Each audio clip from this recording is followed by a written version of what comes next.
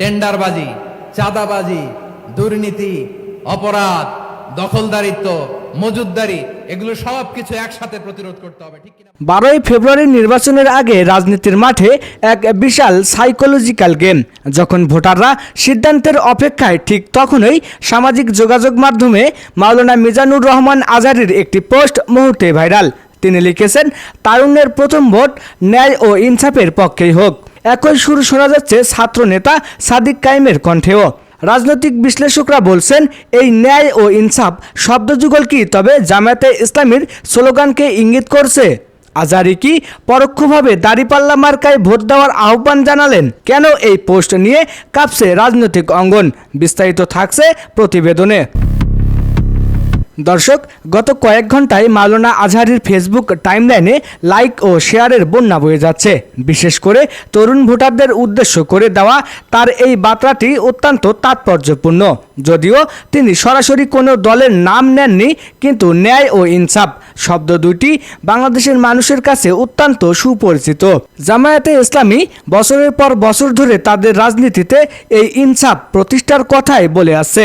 নেটিজেনরা বলছেন, এটি কেবল একটি স্ট্যাটাস নয়, বরং নির্বাচনের ঠিক আগ মুহূর্তে এটি একটি নীরব বিপ্লবের ডাক। মাওলানা মিজানুর রহমান আজহারী সবসময় তরুণদের প্রগতির কথা বলেন, আর এবার সেই তরুণদের ভোটকে তিনি একটি নির্দিষ্ট আদর্শের দিকে প্রবাহিত করতে চাইছেন বলে মনে করছেন বিশ্লেষকরা। বিস্ময়কর বিষয় হলো, মাওলানা আজহারীর সুরেই সুর মিলিয়েছেন জুলাই বিপ্লবের প্রথম সারির যোদ্ধা সাদিক কায়েম। তিনি তার ফেসবুক পোস্টে তরুণদের বিবেক খাটানোর আহ্বান জানিয়েছেন। প্রশ্ন উঠেছে, জাতীয় নাগরিক কমিটি এবং জামায়াতের এই অঘোষিত ঐক্য কি তবে এখন প্রকাশ্য? সাদিক কায়েমের এই পোস্টটি বিএনপি ও অন্যান্য দলগুলোর জন্য একটি বড় চিন্তার কারণ হয়ে দাঁড়িয়েছে। কারণ ছাত্র আন্দোলনের নায়কদের একটি বড় অংশ যদি ইনসাফ বা দাঁড়িপাল্লার পক্ষে অবস্থান নেয়, তবে 12ই ফেব্রুয়ারির ভোটের ফলাফল সব সমীকরণ পাল্টে দিতে পারে। পীরগাছা কাউনিয়া থেকে শুরু করে ঢাকার অলিগলি সবখানেই এখন আলোচনা, আজহারী ও সাদিক কায়েম কি তবে একই সুতোয় গাঁথা? মাওলানা আজহারীর এই পরোক্ষ সমর্থকের খবর যখন ছড়িয়ে পড়েছে, তখন জামায়াত শিবিরে রীতিমতো ফুরফুরে মেজাজে। তারা মনে করছে, আজহারীর লক্ষ লক্ষ অনুসারী, বিশেষ করে তরুণরা এই বার্তাকে সবুজ সংকেত হিসেবে গ্রহণ করবে। অন্যদিকে বিএনপির ভেতরে এই নিয়ে চলছে চুলচেরা বিশ্লেষণ।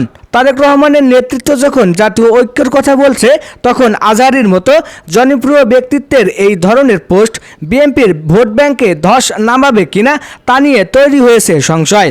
রাজনৈতিক বোদ্ধাদের মতে, নির্বাচনের মাত্র কয়েকদিন আগে এই ধরনের পারসেপশন বিল্ডিং ব্যালট যুদ্ধে বিশাল পার্থক্য তৈরি করে দেয়। মাওলানা আজহারী বা সাদিক কায়েম সরাসরি দাঁড়িপাল্লা শব্দটি ব্যবহার না করলেও সাধারণ মানুষ শব্দার্থের গোলকধাঁধায় নেই। তারা বুঝে নিয়েছে এই বার্তার লক্ষ্য কী। তবে বিরোধীরা বলছেন, এটি একটি কৌশলী প্রচারণা।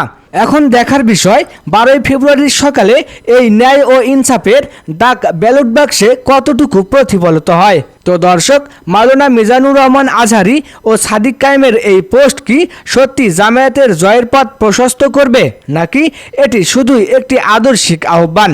আপনার কি মনে হয়, এই ন্যায় ও ইনসাফ বলতে তারা কোন দলকে বুঝিয়েছেন? আপনার মূল্যবান মতামত আমাদের কমেন্ট বক্সে লিখে জানান। ত্রয়োদশ জাতীয় সংসদ নির্বাচনের প্রতিটি ব্রেকিং আপডেট সবার আগে পেতে আমাদের সাথেই থাকুন।